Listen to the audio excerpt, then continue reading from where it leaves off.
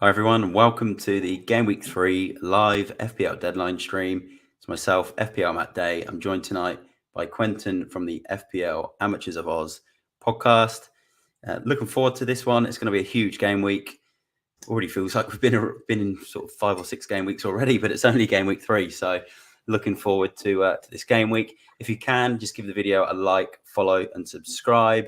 And then if you're watching this on pre-record, later on, we're looking to try and put this on a podcast as well, so you can start listening to the show every week.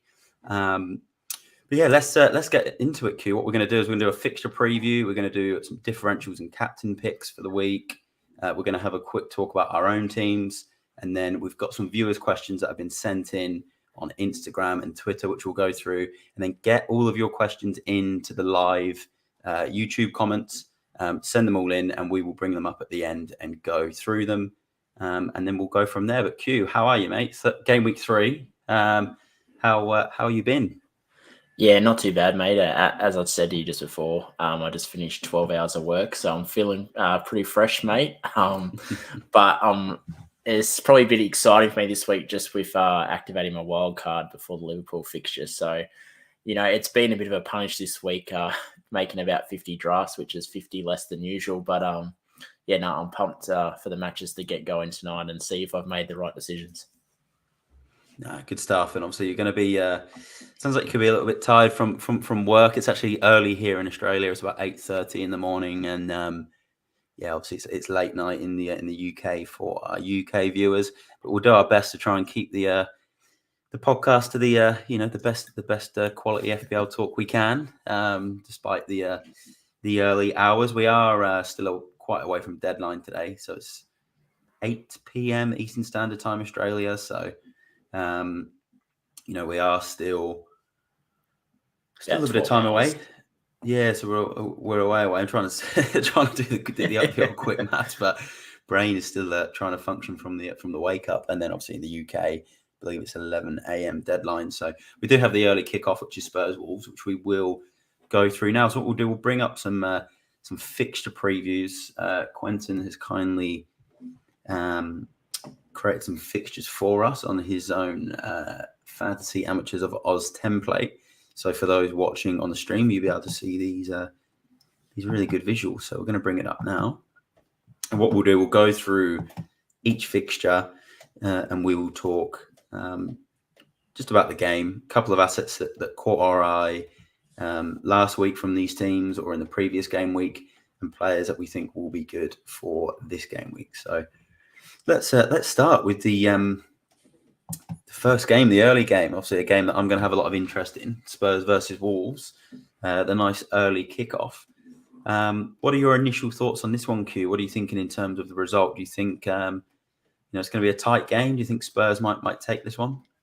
I think history says that it is a tight fixture, but Spurs are probably looking better this year compared to last year. So I'm not sure whether you can take into account, obviously, last season's results. But, I still think it could be a little bit of a tricky fixture because Wolves seem to be, at times hard to break down. But I think this could be the game that everyone sees what Kane and Son can do. And I could see them actually looking quite good this game. And, fingers crossed that Perisic gets his first start of the season as well, because he's looked really good coming off the bench. So I think that this could be, a 2-0 win to Spurs. I think that Wolves still haven't found their attack. They've created a few chances, but they don't similar to Palace, we spoke in previous weeks, where they don't always finish chances and, don't have a high amount of goal ratio in their game. So I think, this could be a 2-0 win for Spurs. I like your thinking there, Q. Look, obviously the listeners and the viewers know I'm obviously a big Spurs fan, but this is a tricky tie. Wolves are a tough team. Traditionally, we don't do that well against Wolves. I think we might have only beaten them once at home in the home fixture since their return to the league. We did lose this game 2-0 last season at home. So I do think it'll be a tough one. But I do agree with Kane and Son. I think this could be, obviously, Kane's already got the goal last week. Son has blanked in both game weeks, but he was unlucky against Southampton. Actually, sorry, he got the assist in that game week. But I do think this could be the week for Kane and Son as a captaincy shout. They're going under the radar. I'm not really seeing them in contention. I think we are going to see a different Spurs this year in these types of games. These are the games we'd normally, lose or draw because it is a bit of a bogey side for us. But I think, there's some really good opportunities for Son and Kane in this. Kane's still got a decent record against Wolves, like he does most teams. We'll chat Kulusevski a little bit later on because that is one of the viewers' questions. So we'll chat a little bit more about him. But I think Son, Kane, you mentioned Perisic, who I think should get in the lineup this week. I think he might make the lineup because we were quite weak on that left-hand side with Sessegnon last week. He did play well against Southampton, but I think it's time for Perisic to step in and show his quality. So it could be this week. And then I think we might even see Richarlison come into the fold quite early in this game, whether it's in the last sort of 20 or 30 minutes, because he did make a big impact against Chelsea, or even if it's from the start, because Conte has mentioned the potential of 4 forwards. So we'll see how it goes. And then from a Wolves end, probably who do you think this week? I'm thinking maybe Sarr's probably their best option, save points. There's probably not any attackers like you mentioned I'd be going for because they do keep it quite tight and they don't score many goals. So, I think maybe a nice 2-0 Spurs win, like you said, should be good. But is there anyone from Wolves before we move on to the Palace Villa game that we think we should go and look at? I think Sarr's probably an all right option. I'm just hoping he channels his inner Bazzuno from week 1 where, he was unstoppable, even though he did concede 4 goals. I hope, people that do have Sarr, it's the goals are limited and, get 8 or 9 saves, which would be nice. But I think maybe just a bit of a watch on the new players that have just recently signed. I think Gonzalo Guedes probably going to get some game time. So it's more probably of a watch for me just to see how these new assets and if they get much game time. But yeah, outside that, I probably wouldn't be getting in any assets and I'd probably be looking to get maybe Neto out because their fixtures do turn a bit hard in about 3 to 4 weeks. So good point. And I agree with the Neto point. And I think as well, there's these new signings for Wolves. So, they're probably going to make an impact, whether it's this game, not too sure, like you said, if they're going to make it in time. So it could be one to look out for in future weeks. But it'll be a good game. Early kickoff, potential early kickoff curse, as people say. Hopefully not from a Spurs perspective, but definitely an interesting one from an FPL point of view. We'll go on to the next fixture. You've got Crystal Palace versus Aston Villa. For me, I think this one is going to be an interesting one because Palace have got a good point at Anfield after losing against Arsenal in game week 1. Villa got their first win last week against Everton, but they're yet to keep a clean sheet. So, I think there'll be goals. For me, I think Eze, Zaha, really good picks this week. Zaha, 7 mil. He's on pens, very low owned. He's sitting about 8% right now, and he did play as a striker against Liverpool, which is very interesting. So I think he could be really good with Eze sort of putting those balls through to him. And then from a Villa perspective, Buendia could come into the side, with Coutinho. Buendia does like these random games where he gets hauled. So I think there's some interesting ones from both teams. I probably think Palace might take this one, maybe 2-1. I can see it being. I think Villa have looked shaky at the back. But is there anyone that you've got your eyes on in this one, Q? And do you think it will be a close game or an open game? What are your thoughts? I'm it's just going to depend on what Aston Villa shows up. I'm hoping it's the Aston Villa from last week because we saw Everton, who don't have a lot of strike power, but they caught Villa on the counter a lot, and that's exactly how Palace played last week against Liverpool. But the difference is Palace have a lot more attacking weapons than what Everton do, and one of my differentials this week is Eze. I think that he looked really good yesterday. Pretty much created that goal for Zaha all on his own, and Zaha put in the goal and. Yeah, I think those 2 options, obviously, depending on how your team's structured, I think that either one of those 2 are great options. I think that Villa have looked better in attack, probably good enough to at least score a goal against Palace, but I agree with you. I think it's going to be a 2-1 win to Palace or even 3-2. I think there's going to be goals in this game, and I think, the likes of Zaha and Eze are going to be involved quite heavily. Yeah, I think so. I think Eze is a good move from those that are looking to get Neto out or those that are looking to get Bailey out from Villa. And if you've got an extra 0.5, I think Eze is a really good move at 5.5. Because although they got Man City next after this, Palace do have some really good fixtures coming up after that. So I like the Eze shout. I think Watkins is another one from Villa to keep your eye on, but I don't think he's sort of essential. I think Zaha and Eze are sort of my two ones I'd really like him from Palace this week. So should be a good game. And now we've got the Everton versus Nottingham Forest game at Goodison Park. You got Everton who haven't won in either game this season. 2 defeats, 1 goal. Forest who got their first win last week, which was a brilliant performance against West Ham. And Nico Williams caught the eye in this one at 4 million. I know a lot of people are looking at playing him this week. Is he in your squad queue? Is he someone you're going to look at playing? And what are your thoughts on this fixture? Yeah, one of my wildcard drafts, I've kept Trippier and I'm going to play Nico Williams. But yeah, as you said, there's a lot of upside there. He actually was nearly playing as like a wide striker a lot in attack last week. And, he's also on set pieces, corners. So, as I've spoken previous weeks is when you get a fullback and you play him, you want the most upside. And when they're on free kicks and get quite high, there's a good floor. So, if you get 2 points, you get 2 points, but there's always that potential of, bonus points and attacking returns. But yeah, I think that Everton have looked a little bit better, probably a bit better defensively than they were last season. I think it's actually going to be quite a good game. I'm picking at least a few goals to be scored. I think Brennan Johnson is going to announce himself this week and get a couple of goals. Yeah, no, I think it's going to be an interesting game. I think, Johnson's an interesting one from Forest. Obviously, he did so well in the Championship for them. So interesting one to keep an eye on. Nico Williams got a lot of good balls in the box last week. He was getting forward. So, I can see a lot of teams starting him at 4 million. So definitely lots to watch out for. I'm thinking Jesse Lingard could be a good pick this week as well at 6 mil. These are the types of games he should be looking to sort of get on the score sheet and make that impact. And then from an Everton point of view, I think it's just kind of case by case at the moment. Wait till they pick up their form. I don't think there's anyone that's really essential. I know people are talking about Onana, who's signed, but again, probably one that I wouldn't look at just yet. There's Patterson at right back, but Seamus Coleman is starting to make his way back, so we're not sure if he's going to keep that place. So I think from an Everton point of view, it's just wait and see. Probably leaning more towards Forest assets in this game.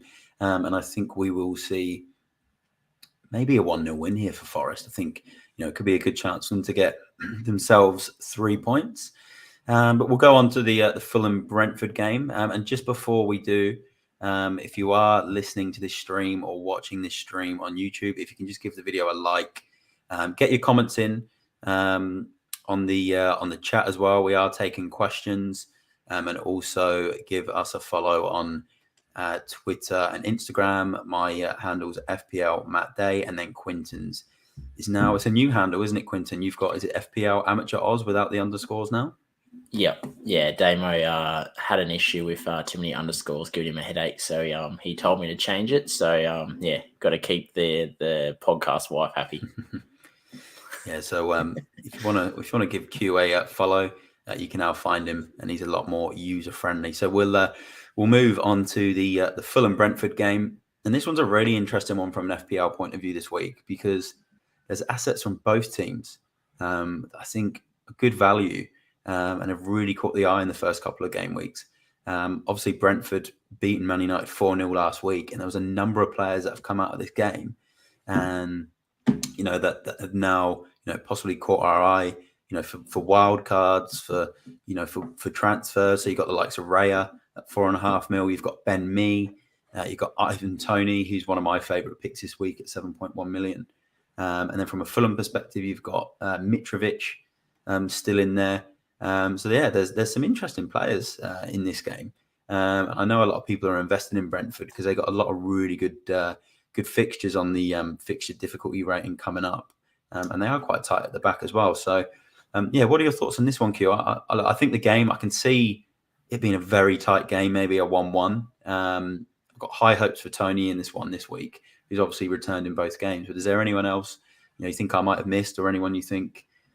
From maybe even from a Fulham perspective, that could come in. Obviously, I know there's Josh De Silva from Brentford as well, but anyone else for this week? I think I agree with you. It is going to be a tight affair. I think Fulham might just sneak a 2-1 win, but I think Pereira, depending on his health status. I think they said he's got a knock. They said he should be right to play. But yeah, I think this could be the game that people, who have to play him just, don't want to get at any other assets. I think, he's going to get a return this week, especially if he's still on corners. Mhm. I think it's going to be sort of similar as we saw week one at, across to Mitrovic, and then Mitrovic scores. I think Tony's a great option. I think Raya's a good option because he does have that upside of save points, which then, if they do keep it clean or, the game's tight, he's in the bonus as well. So I think Raya's going to show that, he's the best 4.5 keeper, at least for the short term. Like, their fixtures aren't too bad, but yeah, I think it's going to be a tight affair, but also an entertaining affair with a lot of missed chances, I think, because Tony and Mitrovic, they do score goals, but they also do miss a few chances as well. Yeah, it'll be an interesting one. I think it is going to be the battle of the strikers between Mitrovic and Tony. So definitely one to keep your eyes on. And then now we'll go on. Our next fixture is Leicester versus Southampton. Now, this one's got so much potential to be a goal fest as well. Obviously, Leicester let 4 goals in at Arsenal last week. Southampton let 4 goals in on the first day of the season as well. In their away fixture, they let 2 goals in against Leeds last week. So this one's got so much potential. I think this could be a really open game, sort of a 2-2. There's James Maddison. I think he's a really good pick if you're on a wild card. 8 million. He's got a good record against Southampton. He scored 4 goals against them overall in his career with a few assists. I think he got a big sort of 15, 16 point haul at St Mary's last season. I know this is at the King Power, but I think there's some potential there from Leicester. And then from a Saints point of view, I think Ward-Prowse from the set pieces. Obviously, Leicester are really vulnerable from set pieces, so I think Ward-Prowse could be a really good pick. And then Dnipro, I think he's 5.5 mil, has looked really good on the eye in the last couple of games for Southampton. So, yeah, some good picks in this one. I think, 2-2 draw. Dnipro, Ward-Prowse, and Maddison are probably my sort of favourite picks from this one. What's your thoughts on this one, Q? Yeah, I mean, there's going to be a few goals this game. I'm tipping a Leicester win 3-2. And, I think Maddison's going to be right at the centre. Maddison and Vardy doing what, we've seen them do on multiple occasions over the past year is, just absolutely look unstoppable. I think we saw a bit from a Rebo from Southampton when he come off the bench and scored last week. And I think this is going to be another game where he's going to grab a goal as well. I'm hoping that he does start because, that's one player I am keeping my eye on sort of when Southampton's fixtures turn. He's only 5.5. He's a midfielder, but he can also play up front, which he did last season for Rangers. So, I think it's going to be a really entertaining game, high scoring. I mean, if you've got any defensive assets, don't bank on clean sheets because there's not going to be many this game. Yeah, if you're a Danny Ward owner from Leicester, like I have been for the last 2 weeks, I wouldn't be banking on too many points. But yeah, good points with a Rebo and obviously the Southampton goalkeeper. Maybe he's the one, could still maybe get a save point. He's been looking good. But Vardy's a very good pick. He's got a great record against Southampton. We know that he's got double-digit hauls against him plenty of times in the past. I remember the 9-0 at St Mary's, and he come out with a ridiculous score. And he's going under the radar in terms of just a one-off sort of differential captain pick for the week, especially if you've got Darwin Núñez. If you've got Darwin Núñez, he's obviously banned for 3 games. You're trying to work out where you want to go. Vardy for this game, get him in, put the captain's armband on. He's got such a good record. So that'll be a really, really interesting one. We'll go on to the next one. It's a very popular FPL game because a lot of people are on Arsenal assets, at the start of this season. Also, welcome Ayush to the stream. He's just asked us, ever thought of using a 5-2-3 formation? That's an interesting one. Look, I think at the moment with the whole big at the back strategy, then it's definitely possible. And then if you've got a front 3 of Haaland, Jesus, and maybe even a Tony, then it can be done because you've got Reece James, Cancelo, Trent Alexander-Arnold, the likes of a Zinchenko or a Cucurella in a back 5, who are all attacking fullbacks anyway, and they like having midfielders. So I actually think it's possible. Great question. Thanks for joining. Q, what do you think? I think 5-2-3 has got a lot of potential with the big at the back. No, definitely, especially if you're sort of using the 3 up front to sort of get those 3 sort of decent assets in Tony, Haaland, and even Kane, or Jesus, depending on what you go down. But, I actually have one of my drafts actually with the 5 defenders in. So it's got the Kukurea, and then I've also got Nico Williams as well. So I think that this is a week where you can play it because Chelsea have great fixtures. Liverpool, even though they're versing Manchester United, great fixture. So there's multiple teams in Zinchenko from Arsenal. So I think it's definitely a good option this week if you want to play your Nico Williams as your 5th defender. I think there's still upside there with sort of 4 other sort of premium.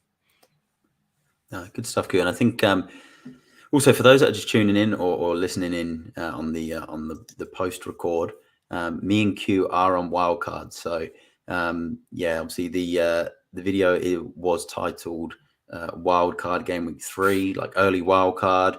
I do not like early wildcards, but it's had to be done. We're going to talk about it more towards the end of the stream. But we are on a wildcard, which is why Q did mention his wildcard. And Q mentioned his drafts. He normally, when he drafts teams, he gets to about 50 drafts. So I'm not sure how many he's on this week, but he'll go through it. And we've had another question from Ayush, but we will answer that one. Oh, we'll bring it up now. We'll bring it up now. We're going to do questions at the end, but he's tuned in, so we'll quickly go through that one now before we move on to the Bournemouth Arsenal game. So he's asked Darwin when he comes, Jesus and Haaland, Salah and Martinelli, Trent, James, Cucurella, Walker, Cancelo. So that's his team. So I actually think that's doable. You've got Trent, James, Cucurella, Walker, Cancelo. You've got 5 fullbacks there, and then you can also look to switch Walker out for I know Zinchenko is 5.2 now, but you could also even look at a Matt Doherty if he makes his way back into the Spurs side, because it does look like he might play tonight. So you've got options there. You could even go to a Saliba. So you've got potential there. So you've got a lot of attacking potential in that defence. Midfield of Salah and Martinelli, both scoring goals. Martinelli's getting himself on set pieces. And then you've got goals up front with Jesus, Haaland, and then Darwin when he does come back from his ban. So, I think the 5-2-3 formation is definitely an option. Great questions, Ayush. And thanks for tuning in. If you can just give the video a like, and if you're not subscribing, looking forward to seeing you on the next stream with your questions. Really good stuff. But we'll move on now to the Bournemouth Arsenal game. What are your thoughts on this one? Early thoughts, Q. What sort of players do you think we should be looking at? Is there anyone from Bournemouth, or is it just all Arsenal? I'm not really looking. Probably the only thing I'll say about Bournemouth is it might be tricky early on because, as we saw week 1 against Villa, they didn't really give Villa a lot. But then, quality will prevail. So I think the likes of Jesus against Bournemouth, I think getting his runs in behind, and you've seen how involved he is. He sort of drops a little bit deeper, get the attack going, and then, finds that box and gets the ball. So I think it's, I don't think anything Bournemouth relevant is going to happen this game. I think it's going to be a win for Arsenal. And, I could see Arsenal getting a few goals. I think maybe like a 3-0 win for Arsenal. Yeah, no, I'm with you. I think, Bournemouth, these are the games if they get anything from these types of games, it's really just a lottery for them, obviously being newly promoted. I do think they'll pick points up along the way this season, but I think it will be all Arsenal. Obviously, everyone that knows me knows I've got to try and be as impartial as possible. I am a big Spurs fan, so but look, this is FPL, this is fantasy football. I've got to be can't be biased, so I've got to be honest. Arsenal are the the favourites in this one. I think if you've got a triple up, you're in a good position. Jesus, I didn't have him last week. 19 points. It's forced me into this wild card. So, he's the man, I think, from Arsenal right now. He looks sharp. He's their main source of goals. You've also got Zinchenko, Saliba, Martinelli's obviously the one in midfield, really good budget option. Get him in now whilst his price is obviously rising. So, there's definitely some really, really good Arsenal assets. And I think, 2 or 3-0 for Arsenal. Definitely potential for clean sheets. Ramsdale as well in goal. Some really good options. I did see Smith-Rowe on the way back. Fabio Vieira as well. So whether or not that does start to hamper Martinelli's minutes, I guess we'll find out because there is the Europa League to come, which could shake it up a little bit from an FPL point of view and for Arsenal. But I think from what we can see right now and what we know right now, this sort of first 6 or 7 game weeks, you can triple up on Arsenal and be quite safe that they won't change much of the lineup. But when it does go from that Thursday to Sunday with Europa, I think that could change it a little bit. But I think for this week, you're pretty safe with an Arsenal triple up. Just a couple of quick comments I want to quickly bring up for those that are watching this on the stream. Ayush, who asked some questions earlier, he did just say, yeah, thanks for us answering his question. The United jersey is a letdown there. Look, that is all Quentin. That is not me. But yeah, we do welcome Man United fans on this stream. Unfortunately, it's a placed event, mate. It's a placed event. Yeah, it's a placed event. It's a safe space for Man United fans, obviously, with the current form. Thanks for the luck on the streams. We have heard a question from FPL Down Under, which is Sam, FPL Down Under. Give him a follow on Twitter. Really good Twitter account. Has hosted a lot of FPL spaces before as well. We'll bring that question up in the Q&A, Sam, if you're still here at the end of the stream. So we're going to do a Q&A. We've got a few other questions that have come in, so we'll bring that one up then. We'll just get through the fixtures. We will move on. I think that's Bournemouth and Arsenal summarised. Like I think the Arsenal players are sort of the main ones for this week. So we'll move on to Leeds versus Chelsea. And I think this is a really interesting one because Leeds have looked okay in the first two games. Like they've picked up 4 points. They have conceded their goals. And Chelsea have looked reasonably strong in patches as well. So this is going to be a really interesting one. I am going to hand this one first over to Q because he loves Mason Mount for FPL. Obviously, Mason Mount's an 8 million asset that a lot of people have in their teams at the moment. I don't have him, but Q loves him. I know a lot of my listeners and people that follow me do have him. So yeah, what are you doing with Mason Mount? What are your thoughts? For me, I think this is the type of fixture that Mount does thrive on, and if you got him, probably worth keeping him that little bit longer. But yeah, I know you've got some. Maybe some stats for us, Q, or you got some Mason Mount love for those Mason Mount owners. So, yeah, what are your thoughts on Mount for this one? Because I know he's been a bit of a hot topic about is it worth removing him or just keeping him for this game?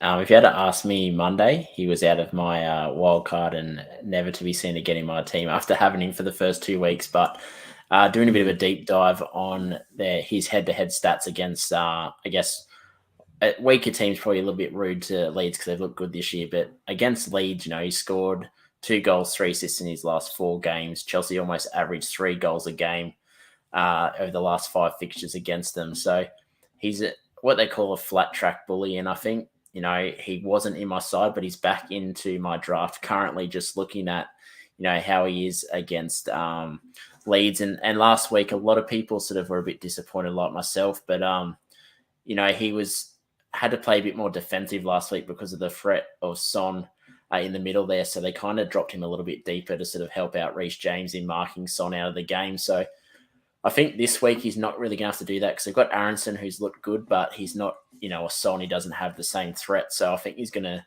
play a bit further forward. And, he has had chances in games. He just hasn't been able to finish them. So I think there's enough upside over the next few weeks that if you do have Mount at the moment, I think, yeah, definitely probably hold on to him at least for this week to see how he goes. But yeah, I think, he's a good option this week as much as he's been frustrating the first 2 weeks. So I'm sort of, the more I look at it, I think that, he's a decent pick this week and it's definitely worth one last chance at least.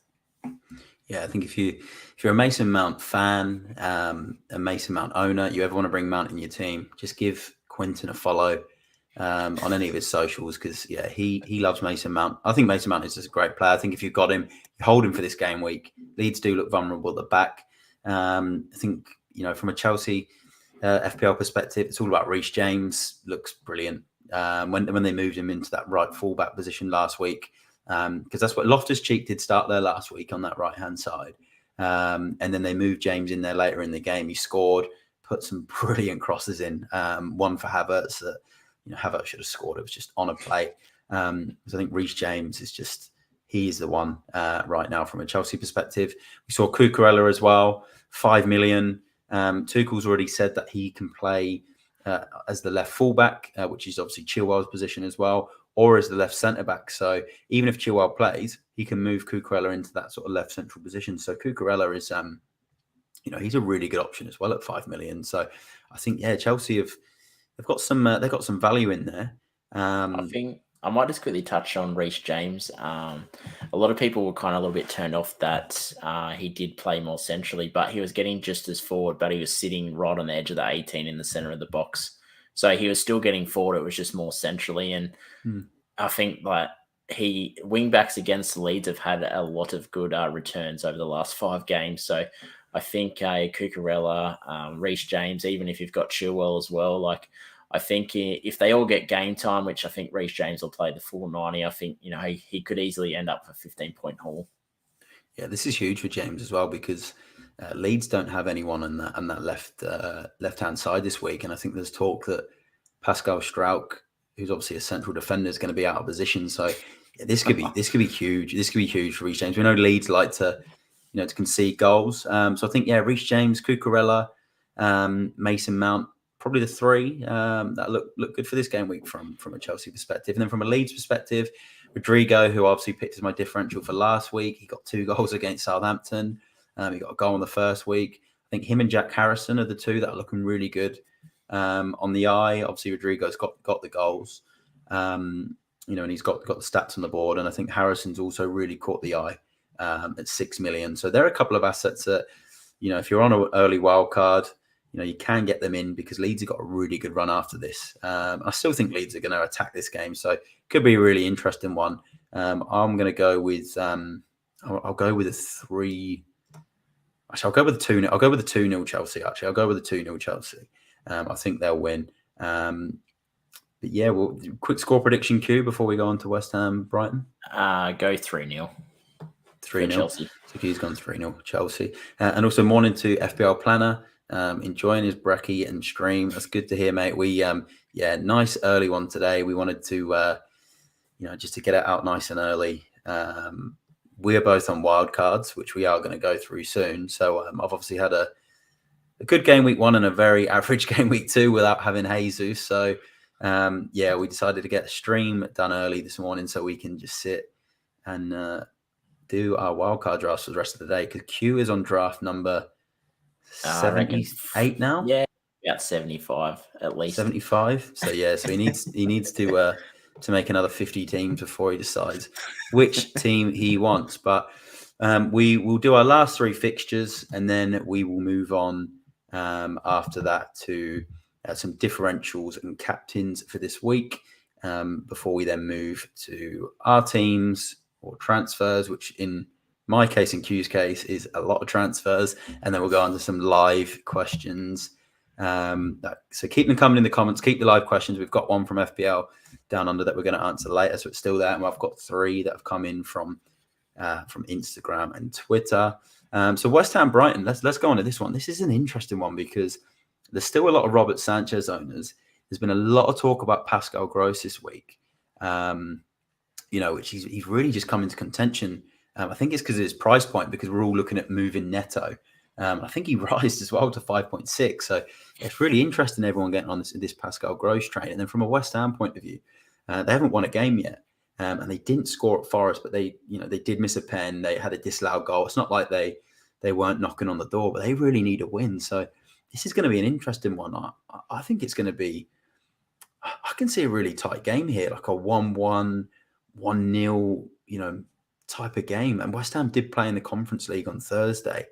So there could be a bit of a hangover from that maybe. And I know Brighton did win this game last season as well. So, and Welbeck's just signed a new contract. Obviously they call him Wele, named after the great Pele. So yeah, this could be a real interesting game. I think Sanchez from Brighton, there's obviously Pascal Gross, Welbeck, who we just spoke about, sort of interests me from a Brighton perspective. And then West Ham, probably just Bowen at the moment, and maybe Scamacca as a sort of a 7 mil forward option I'll be keeping my eyes on. But yeah, I think this is kind of again, similar to what I said with Everton before. It's kind of sit back and see what happens in this one. There's not anyone or anything that jumps out right now, because yeah, it's a tricky one. Yeah, no, definitely. I think it's going to be pretty tight. I'm picking a 1-0 win to West Ham. It just sort of looks like one of those games where, it's just going to be back and forth. Not a lot of, clear-cut chances, but I could see West Ham just scraping by for 1-0 win. And probably their goalkeeper doing a fair bit of work because, as you said, Wele, the Pele from England, has looked really good this season. So He has, and like this is the other thing with Pascal Gross as well that interested me in this because obviously he's 5.6. He got that haul against Man United game week 1, but I feel like it was just an isolated haul where he doesn't do that very often. Brighton don't score a huge amount of goals. It is an interesting one. And I think, like you said, 1-0 West Ham. I'll go with maybe the 1-1. It's an interesting one. Obviously, there's Trossard as well. Yeah, I'm probably moving more towards the defensive assets from Brighton. And then, West Ham is a bit more of a wait and see. But, what were you going to say, Q? Oh, we might get a look at the new signing that apparently is Cucurella replacement. So I'm not sure if I'll pronounce this right, but Estepan, probably not. Estepan from Villarreal. Okay. They reckon he could debut, which whether it's off the bench or not, it could not be good for Trossard, people that have got Trossard in because he's currently playing sort of that left wing back position. So probably one to look out for. He looks quality actually, so it's going to be very interesting if they found another sort of diamond in the rough there, like they did with Cucurella last season. Yeah, no, I agree. I think about Brighton, they seem to be getting it right with their signings. They've got a good style of play. They only sign players that fit their philosophy of football and the way Graham Potter wants to play, which is very possession based. Which was a reason why we saw Cucurella get a lot of bonus points with Brighton last year because he was on the ball a lot and he's really good on the ball. So I can only imagine Brighton want to sign players that are good on the ball as well. We've just had a comment from FPL Planner come in. He feels like Gross is another trap.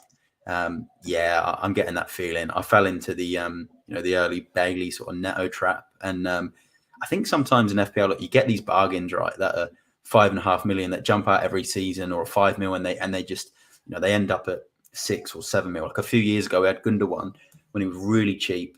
And now if you buy Gundogan, you're looking at sort of 7.5 mil, to buy him. And you do get one of those every year, but you also get these traps. And I think he is. I think he's just case by case for me. I think he's someone where if Brighton have, got a really good fixture, you're on like a free hit, you need to put the money in, you can just sort of bring him in. But I do. I do get that feeling as well. Morning to also Damo, FPL West Ham. So FPL West Ham is Quentin's podcast wife. Yeah. So he has come in and he said Eze in. So he's obviously bringing Eze. We did bring Eze up in the Palace v Villa fixture as he's probably our 5.5 million one that I actually think it's probably a little bit more underpriced. I actually think he brings a lot more value than a Pascal Gross. I don't think he's as much of a trap as some of these other ones.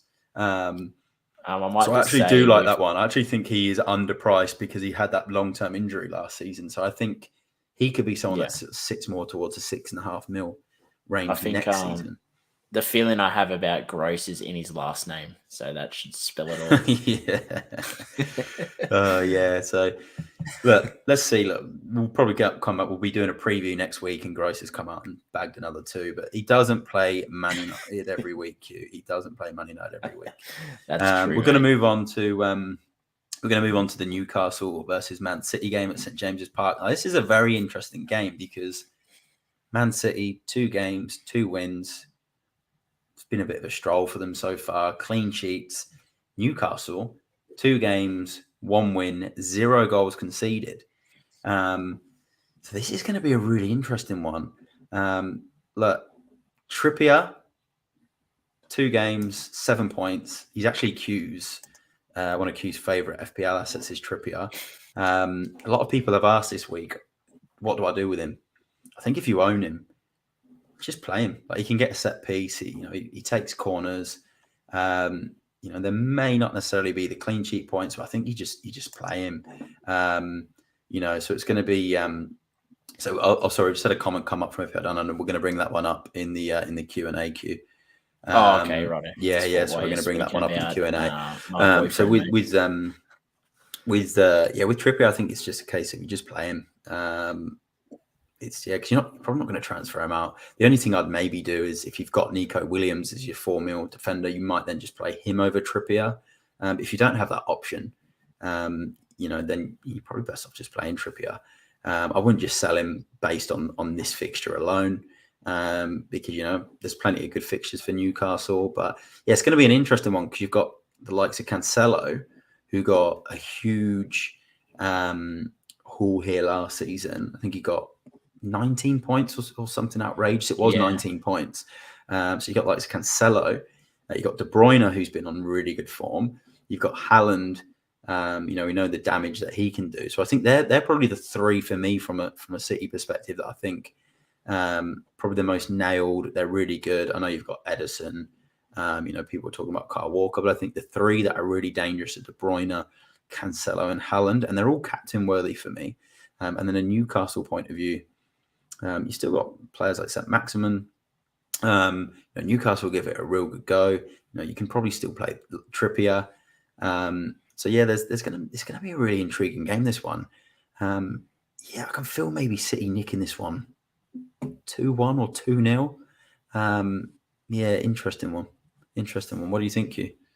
Yeah, no, pretty much the same. I think it's a hard fixture to gauge on what will happen just because of how good Newcastle are playing this year, and they've got some key signings that they signed in the off season. So last season, massive wins to Man City, both games they played, and Cancelo, you mentioned, had a massive haul, and I think I'm looking at maybe a 2-0 win to Man City. I think Newcastle will have their chances, but I think that KDB and Haaland are both sort of going to be in amongst the chances and the goals this week. And I think Cancelo is actually going to be the player that's going to come out on top and get the 3 BPS. And I think he's going to have another good day out because I think they will keep a clean sheet. And I think Cancelo is going to get an attacking return this week. I think he's looked good, got into good positions, but obviously hasn't got the big returns. He got 11 points last week, but I think this is the week, that he's going to get a decent return.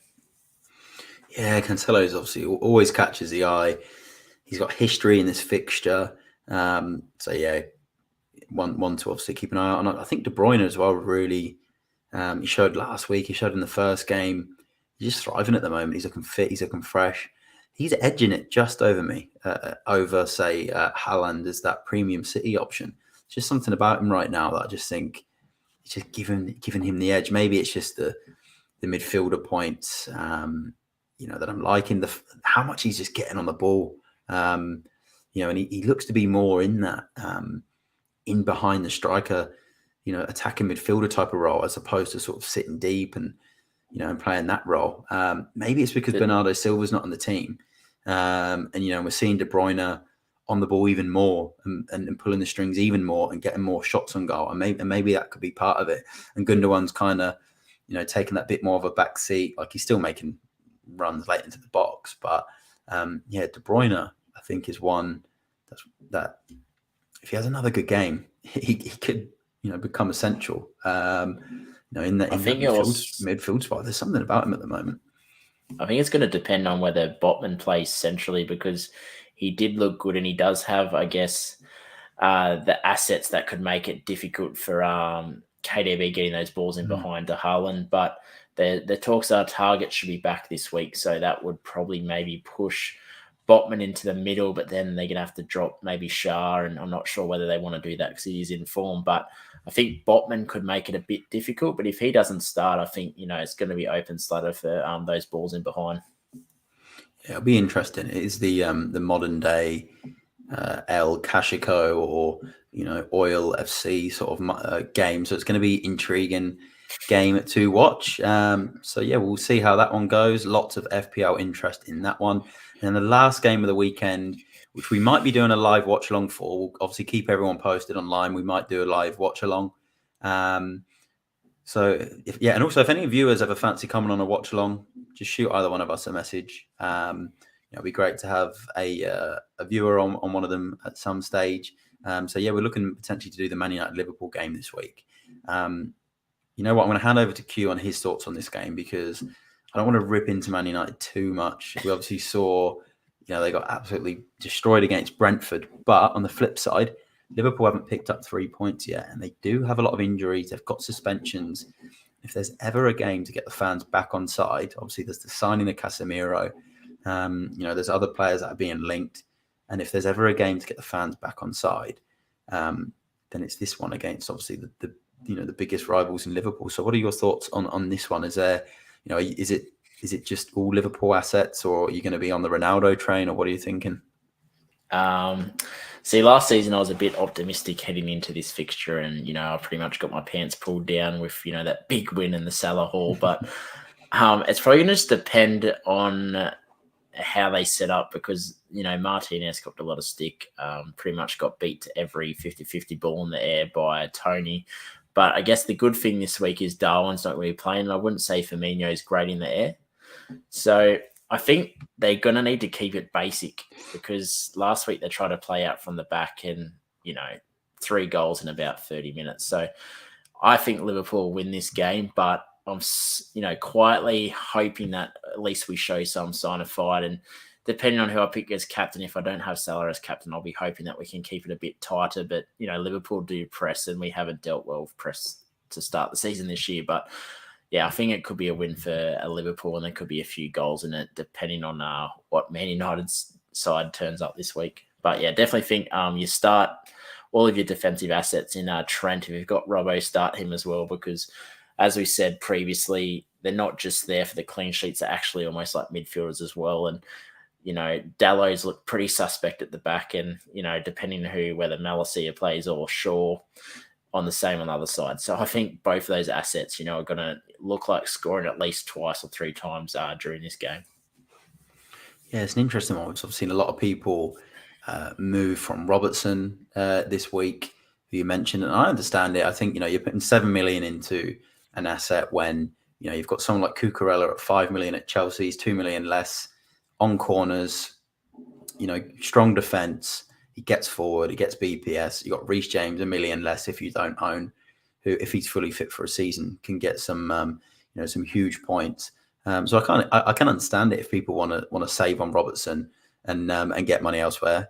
And then, but I think if you do have him and you're going to use a transfer somewhere else, it could be the week that he sort of revives and gets those points. Pretty much every team's got Trent as well, Salah, which will go through captains shortly. And I think that's probably... there's Diaz as well. There's Luis Diaz, who looked really sharp against Palace the other night, and he also looked sharp in the first game. So I think, you can also use that Robertson money, and invest in Diaz. If you've got 2 transfers, could be seen as a bit of a sideways move going from, a Liverpool asset to another Liverpool asset. I don't think it's the worst idea because, with Jota injured and with Darwin suspended, Diaz is going to get the minutes, and the goals have got to come from somewhere other than Salah. So I think Luis Diaz is one to keep an eye out on. I think I'll go with a Liverpool win, maybe 2-1. I can see Man United maybe grabbing a consolation goal, and being a bit more fired up for this. I don't think you'll take the win. And there isn't any Man United assets on my radar this week, Q, not one. We did have a comment that come in from FPL West Ham telling me to give Q a bit more hell about Man United winning their championship trophy next season. So we will see how that one goes. That's all the fixtures summarised and our players and scores from each game. So what we're going to do now is we're just going to go through a differential each that we think's good for the game week, maybe another player that catches our eye, and then some captains. So I'll start with my differential, and I mentioned him in the Palace Villa game. And I think for me, if you're one of those Coutinho owners who had him for the first 2 games, he's obviously got a bit of a knock now. He's 7 million. If you're looking to just take him out and kind of get a like for like in terms of price, I think Zaha this week at 8%, playing in that striker position on pens. He's got really good fixtures. I know he's got the Man City game next week, which Palace normally do quite well in anyway. But outside of that, he's got some really good fixtures coming up in the next 6 weeks, which includes Man United at home. So it's I think he's my differential this week. 8% on pens, playing as a forward, in front of a Palace crowd against Villa, who haven't kept a clean sheet yet. So yeah, he's my differential. Have you got any Q? Who's your number 1 differential pick? That isn't Zaha. And I think your mic's on mute. So sorry, there you go. As I've mentioned on our pod this week, I liked Eze, but I'm actually going to go with Mason Mount this week at 7.9% owned. A few transfers out, including myself at the start of the week, but their fixture run leads, and they've got Leicester and Southampton. You're not going to meet probably two worse defenses apart from United in Leicester and Southampton. So you can get him in this week against Leeds, which he has, good history, good form against. And then, you can keep him for another 2 weeks, depending on how he goes this week. And, you've got two good fixtures against Leicester and Southampton as well. So, I think he's a good shout this week. But, yeah, definitely love the shout of Zaha. I think Zaha and Eze both great shouts this week. Awesome. So that's our differentials. And then we're just going to do one player pick, that might not necessarily be a differential, might be higher than, say, 10% owned, but someone that's caught our eye. Mine's Tony, 7.1 million. He's produced points in both games. He's got goals and assists.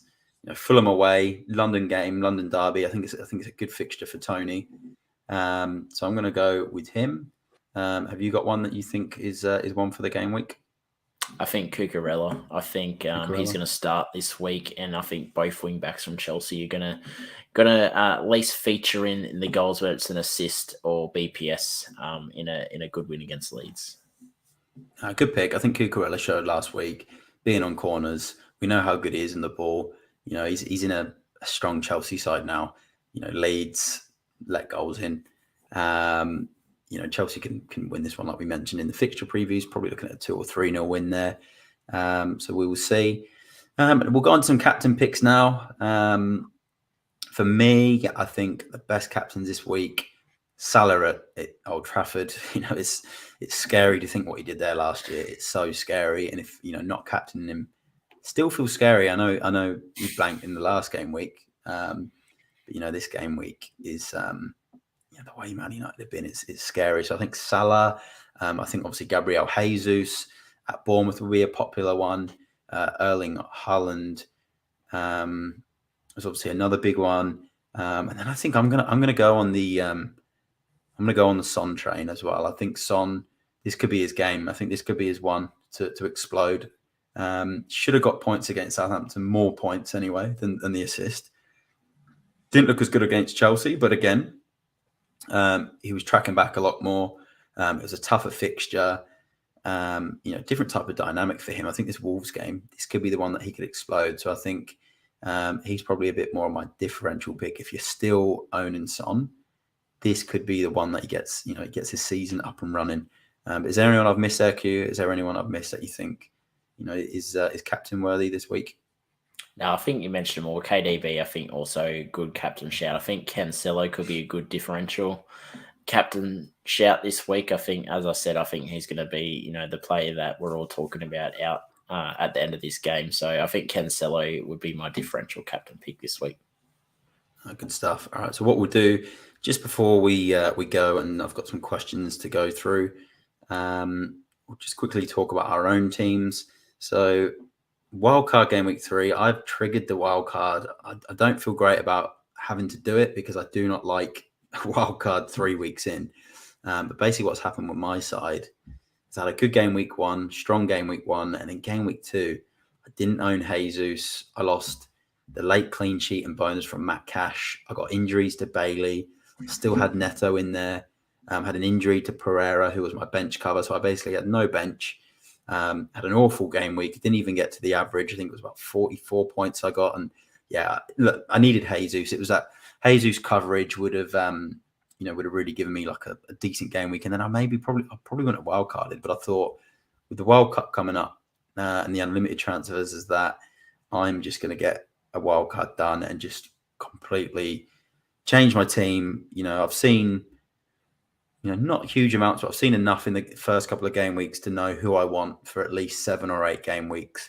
And then I can, start to plan transfers there. So just to give a few names to the listeners, I've got Tony, who I've been mentioning on this pod as a forward. I've got Gabriel Jesus in there.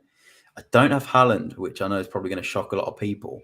I'm actually going to move more towards potentially putting my money into De Bruyne in midfield.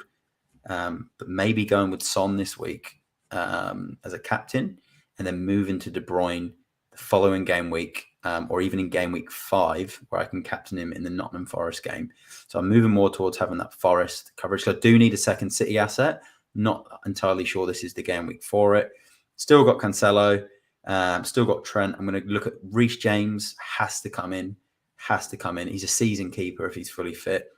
I'm going Zinchenko. I am on an Arsenal triple up. So like I said, I'm not as a Spurs fan, I'm not going to be biased. I'm going on an Arsenal triple up.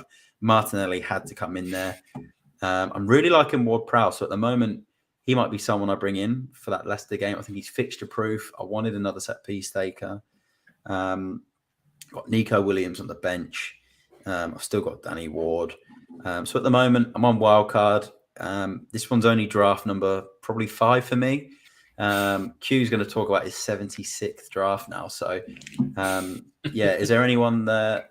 So that's my transfers. That's my transfers for this week, which is, I always say as well, if you're going to wildcard, it's always good to make wholesale. So if you need a real cosmetic changeover, and I've got 1, 2, 3, 4, 5, 6, 7, 8 changes to my squad. So it did need a makeover so early in the season, which is disappointing, but there's a long way to go. So Q, do you want to quickly give us a quick rundown on draft number 76, please? So I'm tossing up between 2 drafts, and as I said earlier about Mount. So the one without Mount at the moment, I've got Jesus, Tony up front. Then I've got De Bruyne, Salah, Martinelli, and Eze in the middle. Then I've got Kuka, Razla. I've got James, Cancelo, Trent Alexander-Arnold, and Raya. So in that draft, I've probably made about 6 changes. But the draft that I've currently got at the moment with Mount is just Mount, Salah, Martinelli, Eze in the middle. Then I've got Haaland and Jesus up top. Then I've got Cucurella, James, Cancelo, and Trent in the back line, and Raya. So it's going to come down to maybe this afternoon before I go to work. I'm going to have to decide on whether I'm going to stick with Mount and trust my gut that, there's a chance that he could be a flat track bully this week in the next few weeks. But it probably leaves me a bit more flexibility with that, because then I've got still 0.5 in the bank that I can move Mount across to Bowen or even go up to Kulusevski, depending on how he looks. So at the moment, I've got Haaland, but, there's a good chance that could change back to my original draft with Kevin De Bruyne. Good stuff, Q. And I'm looking forward to seeing how your team ends up looking in, what is it now? 9 hours till deadline. What are we on? About 8.5 hours till deadline. So looking forward to seeing where you're at in 8.5 hours time. I'm sure your team will change, but it's good. It's good. You're keeping that faith in Mason Mount. So it's going to be interesting. Obviously we'll be back next week so you can see how our wild cards went. Hopefully better than our original teams, but we know how FPL works. What we'll do now, we're going to go into a quick Q&A. We'll start off with FPL Down Under. He's patiently been waiting for his question to be answered. He's asked us, "Hey lads, what do you think of Trippier to Cucurella?" We did speak about Trippier earlier, and I did say I think it's worth just keeping him. But again, that's if you've got that's if you've got to prioritize elsewhere. You've got to get rid of Neto. You want to get rid of Bailey. You need to get rid of Darwin. But if there's not another transfer that you need to prioritize, then that's actually a pretty good move, I think, because Cucurella's got a better fixture this week. Probably expect some sort of price rise soon. And I think overall, owning Cucurella could end up being slightly stronger than Trippier.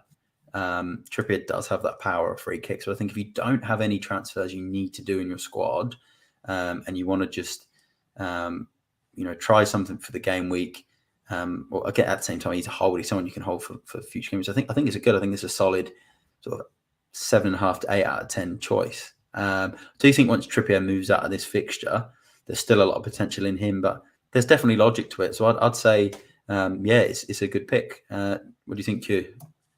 I was in the same boat as wanted to keep him and not get him out. But when you look at Cucurella's fixtures over the next 3 weeks, I can see him at least getting 2 clean sheets plus, the odd attacking return. Whereas you've got Man City this week for Trippier. Then you've got a good fixture against Wolves, which, we've spoken about. Wolves don't really produce a lot of goals at the moment. So, I could see him getting a clean sheet in that game. But then obviously got Liverpool the week after. So I actually like the shout of maybe 3 weeks for Cucurella.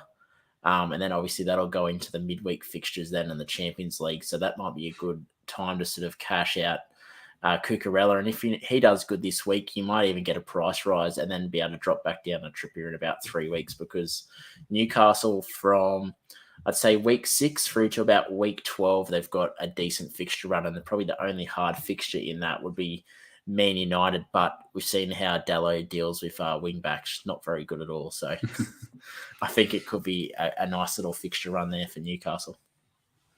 Good stuff, and good luck for the game week FPL Down Under, and good luck with your decision. So we're going to go to some viewers' questions that I've got here. I've got them wrote down, ready to go. So I got one from Jason1408 from Instagram. He's asked, I have Grealish, Bailey in my side with 2 transfers. Who do you recommend? Well, for me, I think if you're going to go Bailey out, you've got Josh Da Silva and you've got Dewsbury Hall. And then if you're going to go Grealish out, I think this week Zaha's a really good pick. And I do like his next sort of 4 or 5 game weeks. And he's the same price as well. So I think they're the 2 for me. Anyone else there, Q? Yeah, I'd probably go Zaha. It's depending on what you want to do, because Grealish could start this week, depending on what Pep wants to do. But I think Zaha's probably a great sort of person to move to. And then I think Bailey, you could actually probably hold Bailey, because last week he only got 15 minutes, but he still nearly got 2 attacking returns in the 15 minutes. And, they don't have a hard fixture against Palace. I think, that they'll get their chances, and he might start this week with the attack humming. I think Bundia might get the start over him, but I think you probably don't even need to make 2 transfers unless you're wanting to jump onto Silva. But I think Zaha is probably the best option. But if want to hold Grealish, I'd go Eze. So I think Eze or Zaha, depending on how you want to go. I've just realised as well, Bailey did price drop, so you might not be able to get Dewsbury Hall. So what you could also do is go Ward-Prowse. I just think he's such a fixture-proof player. So you could go Ward-Prowse, and then you could then go someone like Dewsbury Hall, because he plays every week. So you want that certainty of a 5 million asset. The 5 mil, you're not going to get much out of them. Throughout a season, it's rare. So if you're going to have one in, or a 4.5 million asset, you want someone that at least is playing every week. If they do come off your bench, you get 2 points, you get 3 points, or whatever you're going to get. You get some points instead of just a 0 or a 1 point and a yellow card. So then they end up with 0 anyway. So great question. So we're going to move on to another one now from Ahmed Forzan Malik. Another viewer has come in. He's asked for the best captain. Obviously, we went through the captains earlier, but in terms of the best captain, I still think Salah is the best captain for the game week. We saw what he did in this fixture last season. We saw what he's done plenty of times when we've gone against him. I still think he's the best captain. So I think he's the number 1 pick. Is he the captain? I'm going to go with probably not, because I'm going to try something different, maybe with a Son or a De Bruyne if I decide to go with De Bruyne. But I still think Salah's the best captain. So, maybe I will end up having to take my own advice in the future. We'll see. Q, who do you think the best captain is, the one best captain? Yeah, I think Salah and Jesus are probably your best captains, but I still don't mind a shout of a KDB this week as well. But I think probably the safer pick would be either a Salah or Jesus, I think. Cool. And then the last question we had, just before we wrap up, it was from Kotu Classic on Twitter. And he asked, thoughts on Kulusevski captain? But my thoughts on Kulusevski captain were, it's a very good choice. Look, we'll start with some of the concerns. Some of the concerns are Richarlison was brilliant when he came on last week against Chelsea. So there's been a little bit of talk of people saying, will Richarlison start this game over Kulusevski?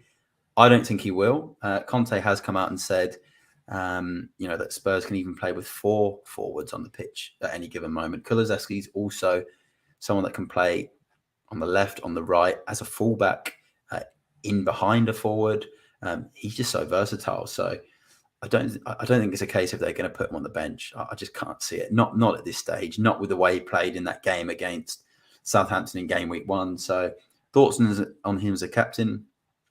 I think if you're not going Salah, then I think he is a good choice. Eye for goal, gets assists at the same time. Could be a lower one. Could be maybe a 2-0. So, you then got to be banking on him to, be part of those 2 goals. yeah, I wouldn't say it's a bad shout. So I'd probably say it's it's probably it's probably maybe like a 7 out of 10 this week, just because I think Wolves are a little bit stronger than Southampton game week 1. But I still think he starts, and I still think he offers attacking threat. Yeah, yeah, he is a good player. I just think that in a fixture that I think could be a little bit tight, I think there's going to be too many mouths to feed to sort of get a big return. So I think like you could see maybe a 2-0 win and maybe Kulusevski get an assist to a Son, and then maybe a Son goal with a Kane assist. But I don't think there's going to be a standout player this week, in my opinion. I think Son and Kane, I think if you were going to captain, I think one of those two would probably be the better option, because I think that they're going to be sort of more the focal point. I think Kulusevski will turn provider this week. But yeah, I think that if you're not sort of going a Son or a Kane, I'm not sure whether I'd like sort of, I guess, the floor of a Kulusevski captain this week. I think that's a fair assessment. I think this is just going to be such an intriguing game week for these captains. It does have a little bit of last season on it, where we all try to go different in the game week of Man United Liverpool, and then those that didn't go Salah were absolutely destroyed. We'll find out if lightning strikes twice. It's going to be not, from my sake. Yeah. Q hopes not, because he's in his. If you're watching the live stream, he's in his Man United shirt, and he's very nervous. So we'll see how this game week goes. But that wraps up today's podcast. Thanks everyone who come in with the comments, who viewed on YouTube, who interacted in the chat. That was great. We will hopefully be back for a watch along for Man United Liverpool. So if we do, follow all of the socials. Mine is FPLMattDay. Quentin's is FPL Amateur Oz. You can find us on Instagram, both of us, Twitter, all the socials. I've also been doing some stuff on TikTok as well, so you can find me on there. Stay tuned for the watch along. They're always good fun. There's usually a few guests on, and we basically watch the game and chat FPL, chat football, and all different topics. So it's good fun. So keep an eye out for that one. Thanks for everyone for tuning in. Have a great game week 3, and we will see you in the next one. If you can like, comment, and subscribe as well, that would be brilliant. So thanks everyone, and we will see you in the next stream. And good luck again for game week 3.